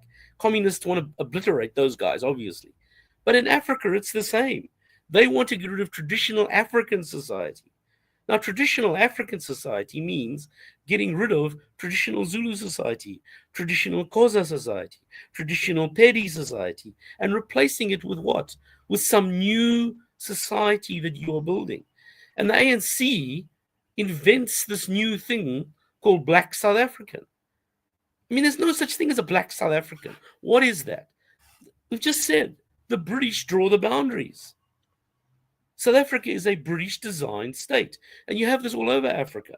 The whole of Africa has got countries that make no sense. They are boundaries created by colonial powers who just drew lines on a map. And now suddenly everybody inside those boundaries is a South African or a Zimbabwean or a Zambian or a Kenyan or a Nigerian, which of course is nonsense. They're not, because it ignores the original. If you want, you can use the white word tribal, but the national body said they're not tribes, they're nations. They're as much nations. He said the Zulus are as much a nation as the French. Okay. Now the ANC says, no, we are going with the boundaries as drawn by the colonials. There's the irony. And the reason is communists also want to westernize people. So, see, there's a funny thing, both on two sides. Your capitalist guys want to westernize black people and turn them into Western capitalists. Yeah. Socialists want to do the same, but they don't want to turn them to socialists. It's like it's two sides of the same coin. Socialism is a Western idea. It's not some foreign idea in the West. It is a Western idea. So the Communist Party are Westerners, and the Communist Party in South Africa are Westernizing South Africa, ironically. And the way you do that is to say, so what the ANC is dead and against is tribalism. They are hostile to tribalism. The ANC, the earliest ANC guys, the Mandelas, the Mbekis, all those guys, they came out of the mission schools. Okay, the mission school, they were the westernized black guys. And these westernized guys, they'd been westernized by the missionaries. They'd been taught to speak English. And if you look at the early ANC, their objection was, they said to the British, okay, we speak English now, we're Western, we've been to school, some of us have degrees. We want to be British. We're British. We just happen to be black, but we're black British. And the British wouldn't let them in because of segregation. So they were resisting segregation because they'd been locked out. There's the irony. They start off as quite a moderate party, simply wanting to be let in to the British system because they say, but we're British like you. And when the British reject them, they become radicalized. And then they sign up with the Communist Party and they go like, now we're going to have a revolution and cut your heads off. That's what happens. And then the ANC radicalizes itself from the 1950s onwards, roughly. Okay? So there's that strange thing that's going on. Now, the ANC want to they want to get rid of those tribes. And that was the other fight between the ANC and the National Party. The National Party said, no, we want to preserve Zulu culture. We want to preserve Pedi culture and Xhosa culture. We think you have a right to be proud of being Zulu. And we're going to give you your own country. The ANC said, no, that's a bad idea. You don't want to be tribalist. Tribalism is bad. And of course, they want to get rid of chiefs because chiefs are aristocrats in the African sense. And communists want to chop the heads off aristocrats. So they want to decapitate all those guys and turn you all into egalitarian, we're all equal, mate, type stuff. Okay? So that was the other fight between the National Party and the ANC. The ANC wanted to create a westernized socialist state, and it would be a state of South Africans, but you have to create South Africans. And where do you create South Africans? You create black South Africans in the cities. And of course, that's exactly what Colonial said would happen. That apartheid theorist, he said, the British are going to bring all these tribes into the cities. And when they get there, they won't be able to speak to each other. So they'll have to learn English. But they'll learn this other funny version of English. And by the way, there is a language. The language that is used by black people in Johannesburg, Pretoria area, in the Gauteng area, they call it tsotsitaal. And tsotsitaal is this weird language that is a mixture of Zulu and English and Afrikaans. That's what it is. And the longer they're there, the more English it becomes. But that's the kind of indigenous black language now of South African black people. And they have a culture to go with it. I call it Gauteng culture. Gauteng culture is the culture of urban black people. It's a culture that is very anglicized. It's very Britishized. It also happens to be communistized now. You get the idea. But it's an urban culture. And they are no longer Zulus. In fact, one of the things that Colonial said in his book is he said, what the British are going to do is when they create this new amalgam, they're going to destroy the best parts of African culture. All the good bits of African culture, of traditional African culture, will be lost. And in a sense, that's exactly what happened. If the curious thing is, if you look at this new black culture that's emerged, okay, it's as if they've taken the very worst aspects of Western culture, greed, corruption, brutality, nasty, all that stuff, and all the worst aspects of black culture, which is the warlord shit, and put it together. And all the good bits of both they've left out. And it's curious that Colonial predicted that would happen. So now we've got a real mess, because we've got this new black culture that is neither Western and nor is it African. It's kind of both. Tell us about Nelson Mandela. Now, when I was growing up in the 1990s, he was, I guess, a symbol of a benevolent leader, but you always heard whispers of him being involved in terrorism previous to that. And you're also talking about his communist links. When you were in the UDF, you were actually involved in bringing a lot of these ANC guys back from exile and integrating them back into the system. Did you meet Mandela and did you meet some of these other leaders? Can you describe who Mandela is and maybe some of the others as well? Oh, look, okay. Yes, I met those leaders. You must understand, okay, the UDF, we were the guys that had organized the grassroots struggle on the ground in South Africa. We created the revolution, the stuff that you would have seen on television of people going crazy and burning things down. Now, that was done by the UDF because the ANC did not exist in the country. So the UDF created the struggle in the country. When the ANC got unbanned, they kind of went, oh, good grief, because they hadn't been expecting it, okay? And they then were invited to come back into South Africa, but they had no infrastructures there. So what the ANC said was, they said to the UDF, hey, you guys are actually us. You are our team. You must abolish yourselves now, and you must fold yourself into the ANC.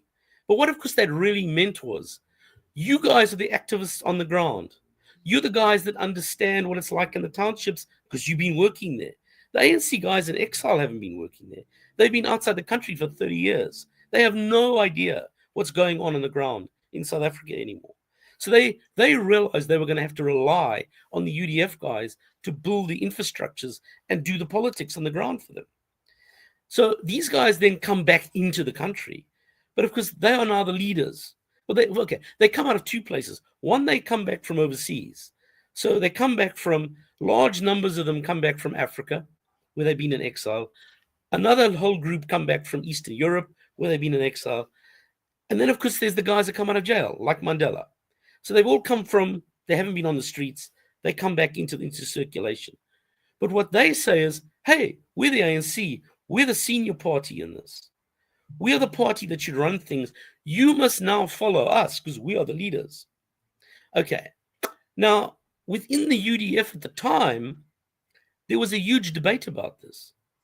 So it wasn't just a matter, it wasn't just the UDF decided, oh yeah, let's all just become ANC. Because a lot of the people in the UDF said, no, we're not really like them, you know. They're not us. In fact, shouldn't we set up our own political party and fight them in the next election? Because we ain't quite the same. And there was a huge debate inside the UDF. And in every single committee of the UDF, on a certain date, everybody had a vote. They had a vote. Do we join the ANC or do we stay the UDF? Now, in the committees that I was in the main committee that I was in, it was with one vote. The ANC won by one vote. It was that close. And it was like that across the board. It was a close call thing. It could just as easily have gone the other way. And the UDF might have stayed the UDF. But the majority at the end decided to go with the ANC. Now, at that point, that's when the ANC leaders went around, if you like, meeting us. So they came back into the country, and they went from city to city, town to town, meeting the local activists. Okay? And basically, because what they were saying is, they were saying two things. One, they were saying, hey, guys, we need you because we know that you guys know what's on the ground and we don't. We need you to do that for us. You got to teach us this stuff. On the other hand, we are the guys who are the leaders, and we've been doing all this external stuff. We've got the diplomatic networks. We can, etc., etc. We're the leaders. Follow us. And once we had folded ourselves into the ANC, clearly that's what happened. So they went around one by one. I mean, so at different times, I met different guys. Now, it's not like, okay, you must understand, I was living in Durban at the time. So what would happen is Mbeki would come to Durban. And they would just say, Mbeki is going to be, and okay, there'd be a meeting. There's a place over there. You 20 guys go meet Mbeki and talk about all this stuff. And then Zuma would come and you do the same thing. And the leaders would come in one after another and they would circulate around the country and talk to everybody. So it's not like you got to know these people as people. They were politicians. And what you were doing is really talking to them. You were saying what you were going to do, what you wanted and what you thought. They would say what they thought. And then it was like, okay, well, now we got to work as one group and create a political machine that's going to work. But you would have got an impression of these people. I'm not saying that you're going to, sure. be having big intellect, ideological conversations with them and be having dinner with them and all that. Yeah. Okay, well, I can tell you. I mean, I remember that when I met now Jacob Zuma, for example, came from Durban, was his hometown, and so I remember when I met him, he was the guy who scared me. I mean, I looked at this guy and I went, "Holy crap! You wouldn't want to get on the wrong side of this guy. He just frightened me." I kind of went, you have to be really nice to this guy. You play rough. I can see you play really rough. When I met Mbeki, my impression of Mbeki was that he was a very smart guy, that he was a pragmatic politician he could step out of ideology. He could step out of being a believer and go, nah, that's not possible. Let's do this. Whereas Zuma was this kind of, he's a grassroots politician. He's not a very educated guy, but he's a streetwise guy. He's a streetwise politician, knows how to get the job done. In fact, he was Zuma. Zuma functioned as Mbeki's enforcer. He was the enforcer because during the 1980s. Zuma had been the intelligence guy. He ran the ANC intelligence operation. And so he was the guy who went around enforcing. He went around finding spies and killing them, basically. And he did that quite brutally. He was a rough guy. So he was the enforcer in the ANC. Whereas Mbeki was the intellectual. Mbeki was the guy who thought through the strategies. And he had to deal with this, with America telling him, no, you can't have that, but you can have this. And he had to do those kind of deals. Mandela is an interesting character because Mandela never ran the country. I mean, people inside the country know that, but people outside the country don't know that. Mandela had been in jail a long time. He was an old guy. And he was kind of out of touch. And when the National Party started to do the negotiations from the mid-80s onwards, Mandela was the guy who they had to get to agree to stop the war, because Mandela was the crazy guy. Mandela was the radical. He was the guy who had founded the terrorist organization. He was the guy who said, we've got to kill white people. And in fact, at the time, his own ANC executive committee had said, don't do this. They, in fact, forbade it. They said, you may not do it. He went against his own executive committee and did it anyway, and created Umkhonto weSizwe, which was the military wing of the ANC. So he was the radical guy. He was the crazy guy. But that also meant that if you were going to negotiate a settlement in the 1980s, 1990s, Mandela had to say yes, because he'd started the war. So he was the guy, the National Party, they released him from jail in the mid-80s effectively. They just didn't say they did. And they put him in a really nice house with a swimming pool and a jacuzzi and all that stuff. And what was happening then is that UDF people from all around the country were going to visit him. So they would go down to visit Mandela and talk about ending the war. Are you in agreement? What do you think? How do we do this? Etc., etc. And I remember when the delegation came back from, I was in Durban. I was in Durban at the time. And when there was they would send small groups, like 5 or 6 people would go to his house, meet with him, and then they'd come back and report back on what Mandela had said. And I remember when the group came back to Durban from meeting Mandela the first time, and I remember them saying, I remember the guy came back and he said, comrades, we're in deep shit. We're in deep shit because this is an old man and he doesn't get it anymore. He doesn't play politics anymore. He's not he's not in touch with where we're at now. He can't do this. We cannot have this guy as our president. On the other hand, he was the president now. They boosted him. In public relations terms, he was the guy. And more importantly, he was the guy the Americans wanted. The Americans wanted Mandela. They wanted he was Saint Mandela who should just be crowned. So the ANC said, well, then we got to have him as the president. We can't do anything about that. So what they did is they did indeed make him the president. But he never was the executive president. If you go and look at the minutes of the cabinet meetings, he often didn't even turn up. I can't remember how many. He turned up to very few cabinet meetings. The deputy president, who was Mbeki, was de facto the president. And what the ANC did was they used Mandela as the PR guy. It was a very clever strategy, and it worked brilliantly. So what they did is, okay, Mandela is now this old man. He's like an old grandfather. So and remember, Mandela was a very loyal, he said so. If you go and listen to his speeches, he said it over and over again. He said, I'm a party man. I'm a loyal party man. I do what the party tells me. And that was true. He really was. And when the party said to him, okay, Mbeki's the president, you're not going to be the president. But what we need you to do is a very special job. It all depends on you. Mbeki's job as president is to get his hands on the levers of power. These white guys run everything. They got the white hands on power. They can stop this anytime. They can switch it off like that and just say, no, we changed our mind. No more negotiations. Not happening. And there's nothing we can do. We have to keep these guys on side. And Mbeki's job is, as a very pragmatic, smart politician, is to work out, how do I get black hands on the levers of power as quickly as possible? How do I get white hands off the levers of power as quickly as possible? And once I've got black hands on the levers of power and we're in control, then the game can change. But until then, we have to keep whites happy, very happy. Now, Mandela's role was the PR guy.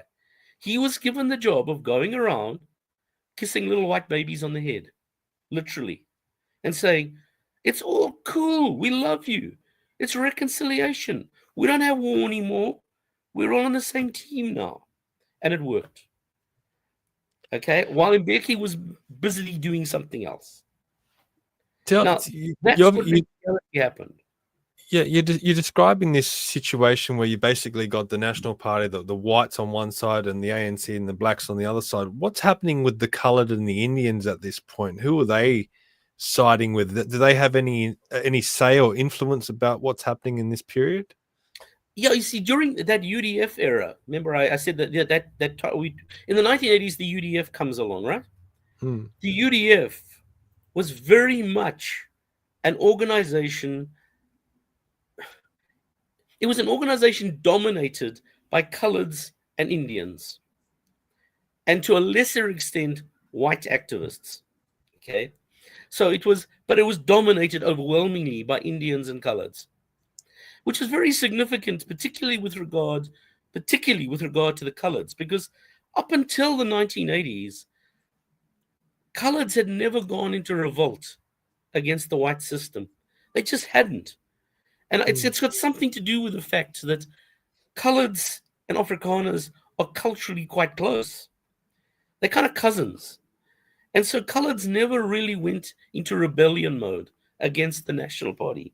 They might not have liked it, but they didn't actually challenge it until the UDF came along. And it was the UDF that mobilized coloreds in the 1980s.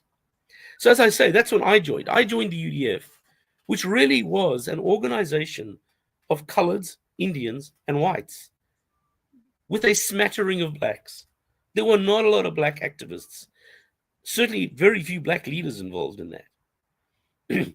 Now, that carried through to the negotiation period, because when the UDF got folded into the ANC, clearly coloreds and Indians went with the UDF. Okay? However, there was a change, and it was exactly the change that I went through. It became, as the exiles came back, and as the guys came back from out of jail, and they got integrated into ANC structures, the structures changed because they had originally been UDF structures. And it was actually amazingly visual. If I'd gone to a UDF meeting in 1986, we'll just randomly take the date 1986, right in the middle of the 1980s, and I'd gone to a UDF meeting, now I would have been in Durban, right? Demographically, in 1986, Durban as a city was 1/3 white, 1/3 Indian, 1/3 black. That's what the city looked like. Okay? If I'd gone to a UDF meeting, that's what I would have seen. I would have seen that profile. Then there was this integration thing that happened when the UDF folds itself into the ANC. All the exiles come back and they move into those committee structures, and they start to become the majority. It happened over a period of about 18 months, I would say. So over 18 months, all these thousands of dudes came back into the country and went into these structures. And it was amazing how those structures changed. Because by the time you get to 1994, if you went to an ANC meeting, in fact, I remember my last meeting. And the last meeting that I went into a meeting, it was a large mass meeting, which had been called. There were about 500 people in this meeting. And out of those 500 people, I think there were 4 white people, of which I was one. There were 4 whites. There was not a single Indian. That was dead significant for Durban. Durban is an Indian city. Not one Indian turned up. Not one. That was a black meeting with 4 white guys in it. And I looked at this and I thought, what has happened? What happened here? And that is what happened. So what happened in the 1990s? Because, you see, the UDF had stood for what was called non-racialism. Remember, they said apartheid is racism. Apartheid is breaking the country up into these separate national things. We don't want that. We want to be one big happy South Africa. Yeah? But when the ANC came back, that's not what you heard. What you heard was, this is a black country. We're the majority. We are the majority. They never said black. They used the word majority. Majority means black. We are the majority. This is our country. And so what gradually happened was whites, coloreds, and Indians left. They just left. They just bled away out of the committees. And it happened over that period of the 1990s. Bit by bit, they just disappeared. And you didn't say anything. I didn't say, I'm resigning. I just stopped going. I just went home. I'm not comfortable with this anymore. And in fact, I went to a conference. It was actually a conference in Amsterdam that I went to. And I bumped into an activist, I was another white activist, but he'd come from a different part of the country. He'd come from the Eastern Cape, and I hadn't seen him in years. We bumped into each other in Amsterdam, and we got talking. And eventually he said to me, I don't do that political stuff anymore. I dropped out. And I said, that's interesting. Why'd you do that? And he said, I just felt uncomfortable. It just didn't feel right to me. He said, it just made me feel really uncomfortable. So I just stopped going to meetings. And he said, I went home to my garden, to my plants, because my plants made much more sense to me. And I started laughing. And I said, you know, the amazing thing is, I did exactly the same thing. Exactly. I went home to my garden and I went gardening because it didn't make sense to me anymore. And in fact, the ANC says that. If you listen, ANC documents put out documents saying all of our best cadres left. They bled away. We just lost all this talent as people just bled away from the organization. And they were saying, well, why did this happen? What was happening? Well, of course, the reason was that these guys were using nasty racist language. And they were talking about this being a black South African. I'm going, dude, I might have been part of the UDF. I didn't fight for a black South Africa. You might not have noticed, but I'm not black. I wanted a South Africa where we could all live together. We were going to share the damn thing, remember? What happened to the sharing? Where's your sharing? And in a sense, because that's been the story of South Africa since. Yeah, well, I want to sharing. I want to fast forward to the present day to be able to then go back and reflect.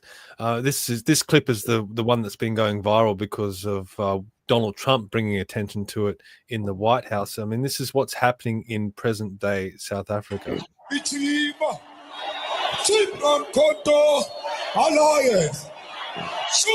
kill, kill the poor, the farmer. Kill the poor, the farmer. So he's saying, kill the boar, kill the farmer. If you could go back to this transition from the UDF to the ANC, and do you think some of the people that left, they could see this coming internally, that when all these ANC guys start coming back in the country, and they could? Yeah. In fact, I was telling you about the last meeting that I went to, okay? And in fact, a very significant thing happened at that last meeting. So this was I was working at the University of Natal at the time. And this was actually a meeting that was held on the campus of the University of Queensland because they had this huge venue to offer. And we needed a large venue to do this, right? Now, I had stopped going to meetings, as I said.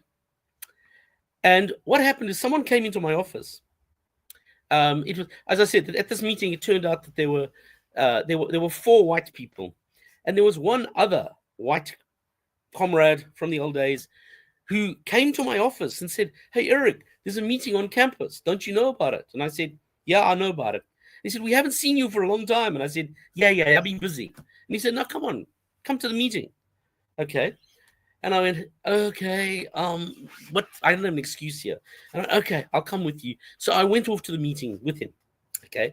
So the first thing is I walked into the meeting. And as I said, I was immediately struck by the fact that the first thing that really struck me was that there were no Indians there. Now, that was dead significant because in the 1980s, the UDF in Durban had been run by Indian comrades. There were no Indians left. They'd walked away. There were 4 whites and the rest were blacks. Now, one of the other white guys at the meeting, this was a speech about, it's very complex, but it was a speech about what the ANC was calling a massacre, that the whites are killing our people again. And what had happened is there was a particular white guy. He was a member of parliament. And in fact, he was a National Party member of parliament. He was an Afrikaans guy. He was an Afrikaans nationalist member of parliament who had worked out, my God, the ANC are going to win. And some of these guys had come over. They'd come over in the 1980s. They'd been working for us.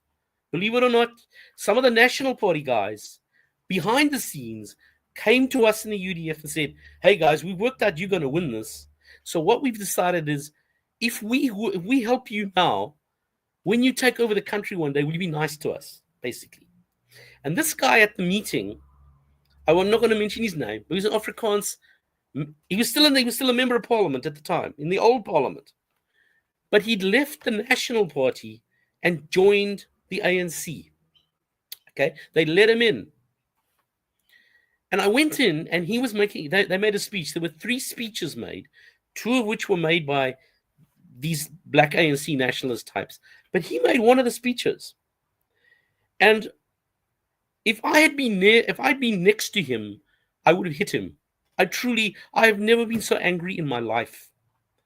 Because this man got up and he took his old National Party speech, which in the old days had gone about, I love Afrikaners, and this is an Afrikaner country, blah, blah, blah.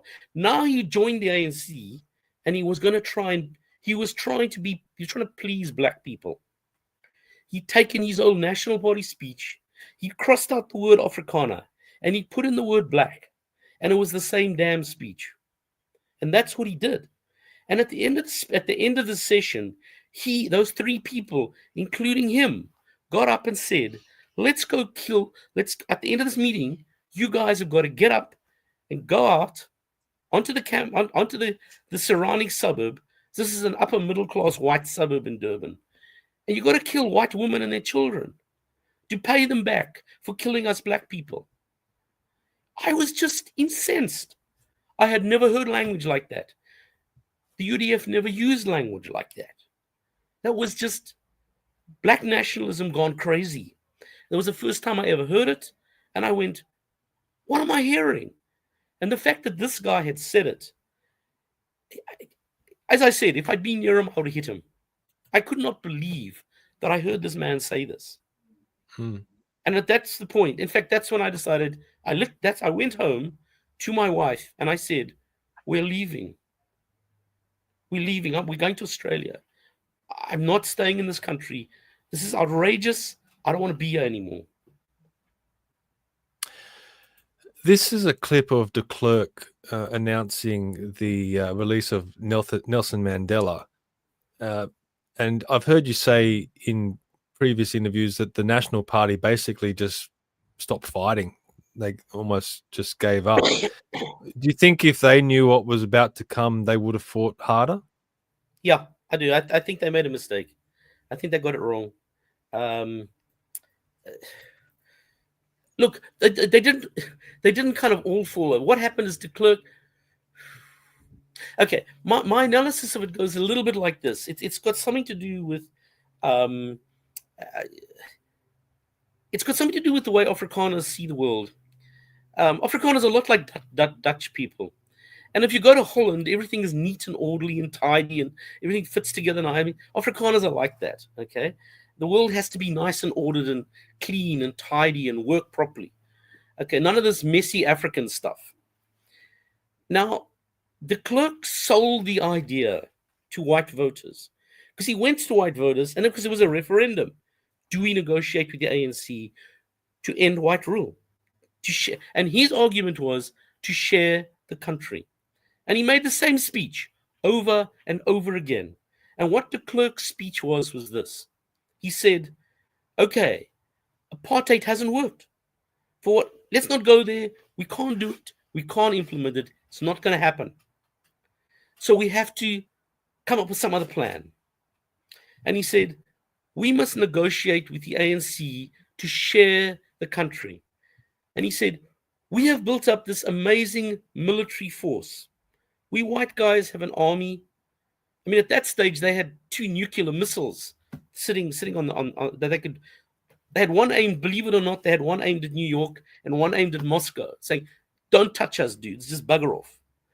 They built an enormous military machine that was incredibly powerful. And de Klerk said, we've got this amazing military machine.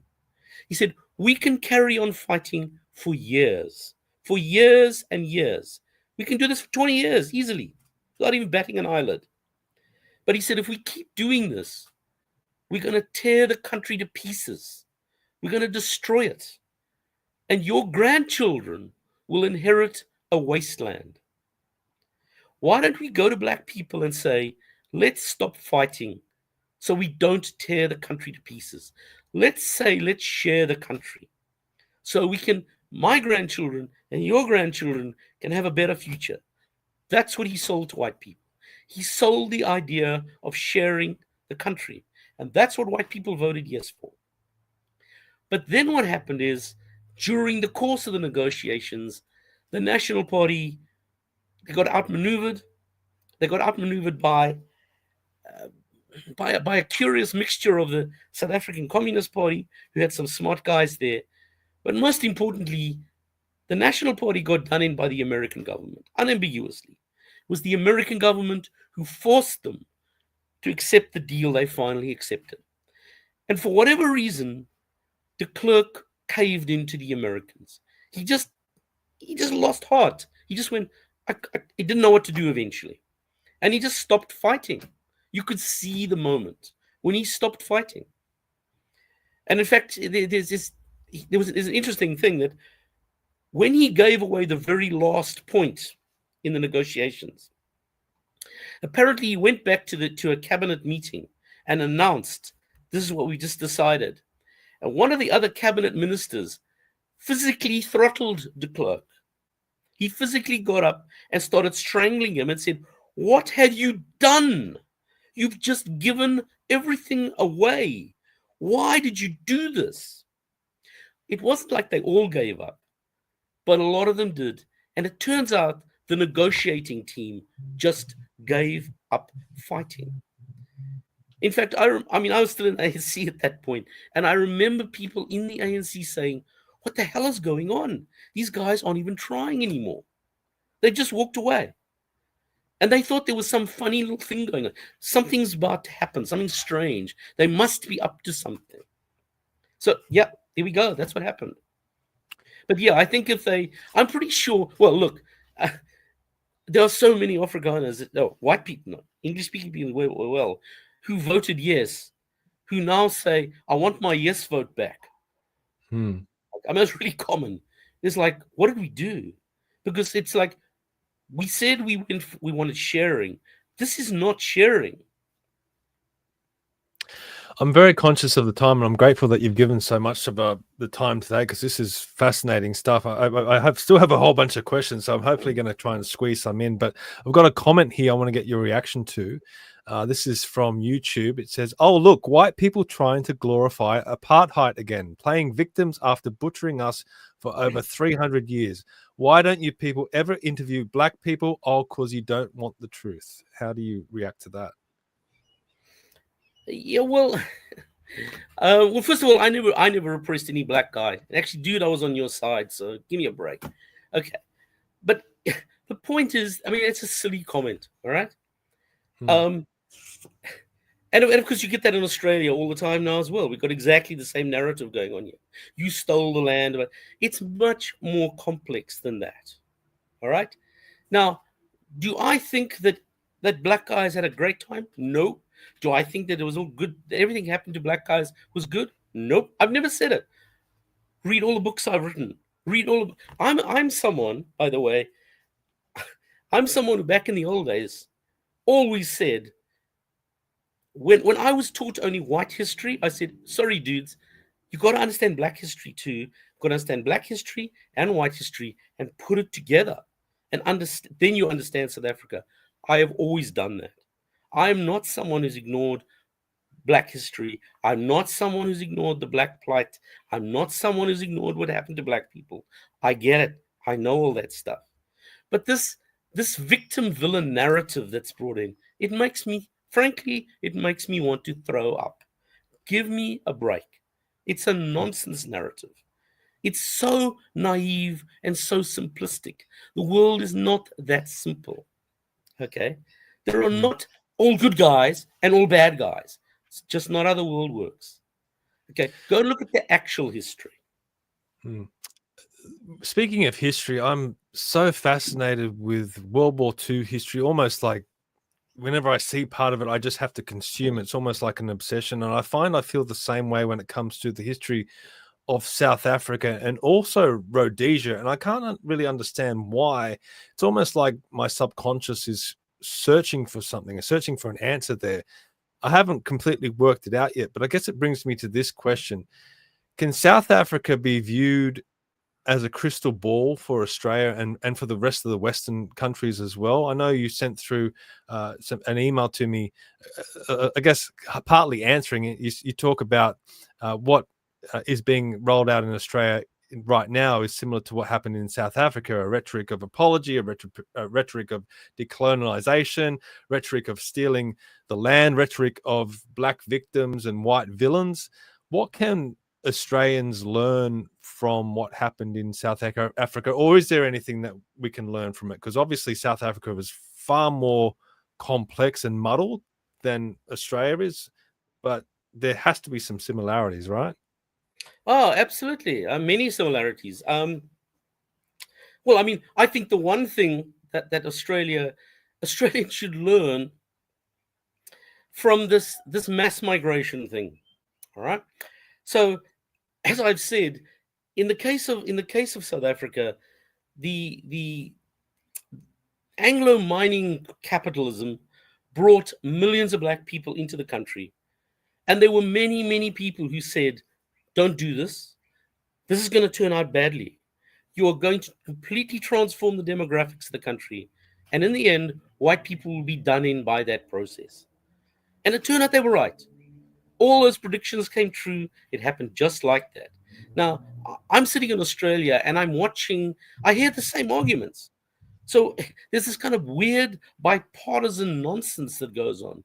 When I hear the Labour Party and the Liberal Party both saying, Australia's economy needs lots of migrants. We cannot possibly survive without millions of them. So let's just bring in 2 million migrants. And I go, are you people completely mad?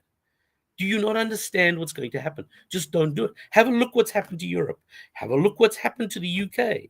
It's going to happen here, as it happened in South Africa. Don't do it. So I think I would say that's a real serious lesson to learn. The other one is the one you've been talking about, the villain-victim thing. Now, this villain-victim narrative, okay, is of course, the villain-victim narrative is Marxism. That's the basis of Marxism. What the Marxists do is their original villains and victims, okay? The villains were capitalists, okay? And the victims were the working class. And the capitalists repress the working class, hence they're victims. And so we're going to have a revolution to free the villain, to nail the villains and free the victims. And then when that particular Marxist model didn't work, their revolution didn't happen, the Marxists broadened the scope of their villains and victims, and they invented a whole bunch of new designated victim groups. We've got lots of them now. I mean, you know, the one victim group now, of course, is the gender thing. You know, so now men are the villains, women are the victims, and then we've got, you know, straight people are villains, gays are victims. I mean, there's lots of them. We got all these groups. We know what they are. But of course, one of the big villain victim groups now in Australia is we've got this First Nations stuff that's coming on. That's really a big deal at the universities. So we brought it from South Africa, brought it from Canada, and we're saying Aboriginals are the villain, are the victims. Shame! Look at the terrible things that have happened to them. And they talk about they want truth telling. My answer to Australians is, good idea. Let's have some truth telling. And in a sense, that would also be my answer. The question that other person just asked, the one about where are the black people, okay? And I'd give him the same answer that I would give in Australia. And I'd say, you know what the truth is? The truth is that history is messy and complex. And if we start looking at the actual history of Australia, what we find is that this peculiar, simplistic villain-victim thing, where white colonists are the villains and Aboriginals are the victims, and so now apparently the victims must be recompensed or whatever. It's nonsense. It's just not what happened. Go and have a look at what it was actually like. And what we need is real truth-telling. So real truth-telling means that when white guys got here, you had a nomadic subsistence culture in place. And because it was a nomadic culture, a subsistence culture, a hunter-gatherer culture, these people did not have sovereignty over the land because they couldn't organize themselves sufficiently to have sovereignty. Sovereignty means you can control the land. They couldn't do it. That's a fact. That's just a fact of history. Mightn't be very nice, but it's the truth. And so when the white guys came here, it was dead easy to just settle the land. That's what happened. Now, to say that some convict settler had a nice, pleasant time when he got here and just took the land is nonsense. It ignores the fact that Westerners came here and developed Australia and built a thriving society. By the way, so did white people in South Africa. We didn't steal it. We made the country. We built it. We built the economy. We worked hard. You've got to look at that as well. And I'm not saying black people didn't work hard. I'm not saying that. I'm saying look at the complexity of it. And that's the real truth we got to look at. So there's another parallel. Okay. Another one would be affirmative action. Okay. I mean, Australia is now getting into this affirmative action thing because affirmative action is the liberal response to buying guilt. So if you're told that you're a villain and you should be guilty for what you did, and you buy that argument, you go, oh my God, I'm so sorry. Okay, I must give you shit now. And what do? They come up with affirmative action and they hand out all the goodies. Well, we've seen what affirmative action did in South Africa. It was a disaster, an absolute disaster. Affirmative action, what did it produce in South Africa? It produced a ruling group who are incompetent and corrupt and who have broken the country. How can anybody deny that? It's obvious. Affirmative action did that. And in Australia, DEI is going to do the same thing. So just don't do it. I mean, there are parallels right there. All right, I want to squeeze in a couple more questions. Thank you for sticking with us. The first question is, I've heard you talk about the Cape at the moment, current day, modern day South Africa, and there's the talk of the Western Cape breaking away from the rest of South Africa. Isn't that the culmination of apartheid, in a way? Well, no, because it's okay. Well, first of all, I'm not sure that's going to happen because there's a lot of vested interest in South Africa blocking that as well. Okay, but okay, no, you see, my argument would be that if you look demographically at South Africa, the Western Cape, most of the Northern Cape, and a sizable chunk of the Eastern Cape are demographically, they're the old Dutch colony, if you like. And the old Dutch colony, which is the one that was inhabited, if you like, by white people and by colored people, you can still see it. If you're driving in a car, when you cross the boundary over that line, you know you're in a different place. It doesn't feel the same. It's culturally different. So I think that Western Cape, Northern Cape, parts of the Eastern Cape should, if it was up to me, if I had my way, they would break away from South Africa and create a new country. But they wouldn't be a white country. That's the difference. Apartheid, the idea was apartheid was going to give black people their independence and be left with a white country, a place where not everybody would be white, but the demographic majority would be white. This country we're talking about, the Western Cape breaking away, it wouldn't be a white demographic majority.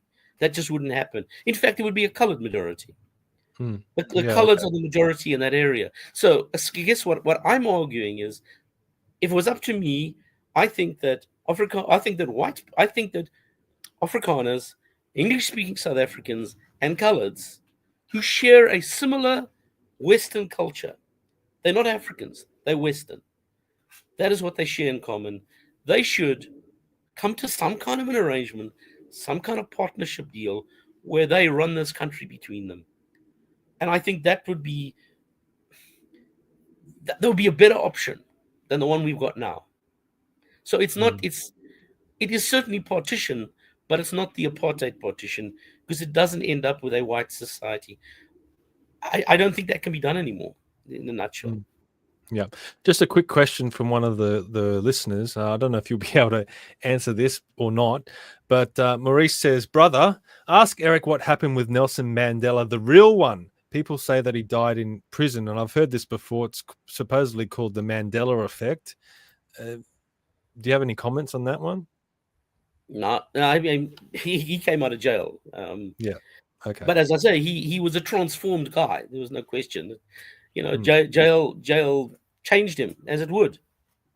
So you could say he died. You could say the old Mandela died, because you would expect that to happen, wouldn't you? If you've been in jail that long, you're going to come out a different guy. Yeah.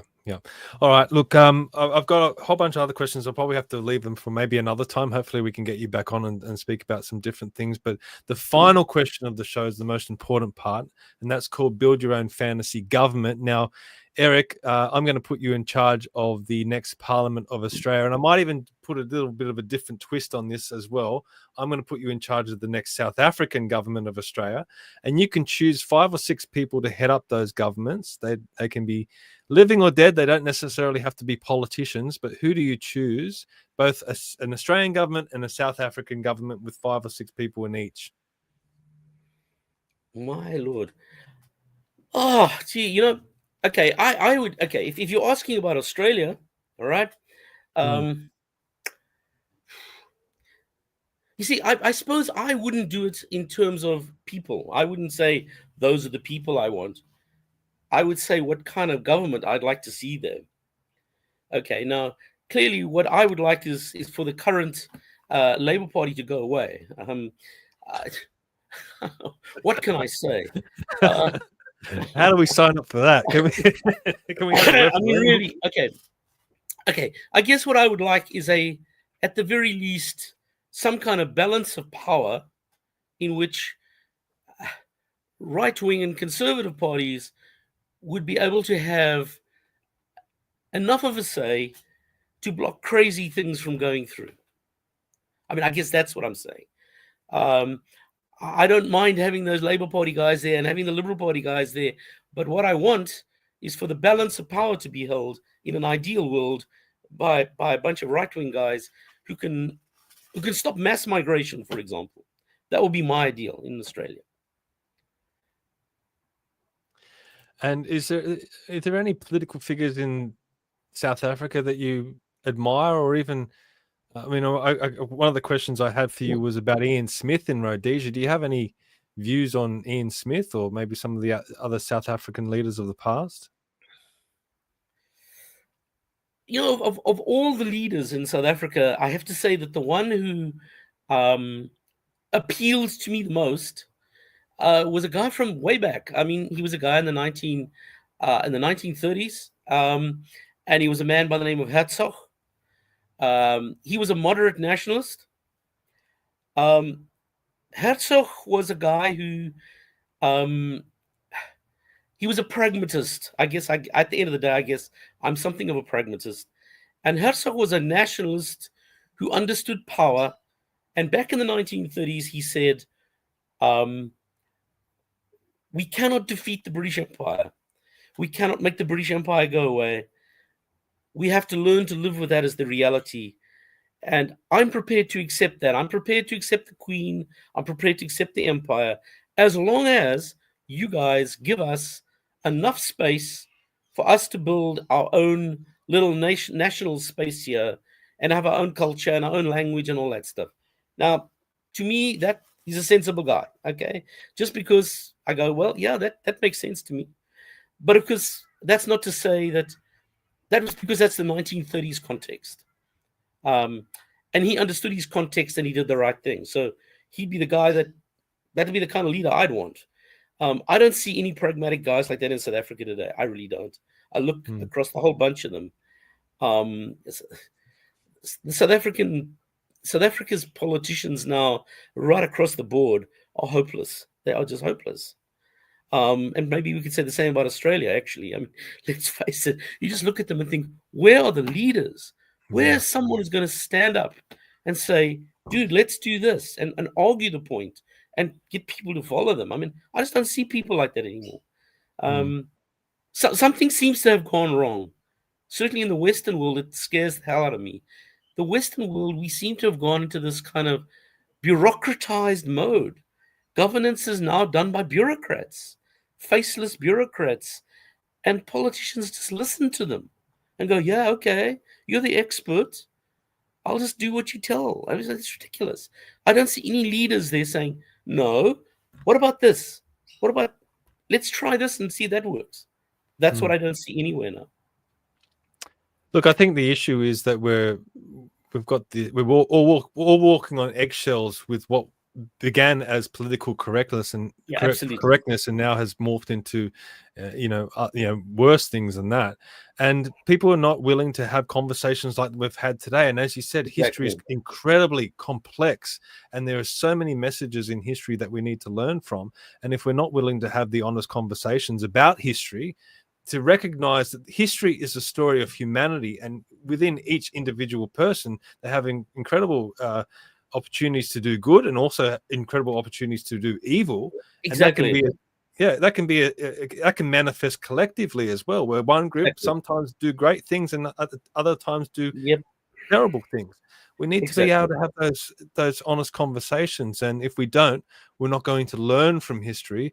And if we have people out there saying, well, two white guys can't talk about South African history because they're white, that's ridiculous. Where are we leading to as a society? Yeah, I'd love to have black people on to speak about South African history. I'd love to have Aboriginal people on, which we've had in the past. We've had Aboriginal elders on to discuss things. So we got to have conversations with everyone. It doesn't matter what skin color they are or where they're from. We have to talk to everyone. And that is the whole point of this show, Commanding the Narrative. And it's about having honest conversations and not being scared of censoring ourselves. So look, Professor Louw, I really appreciate you coming on today. I hope that we can have further conversations in the future, because honestly, I could talk to you for hours.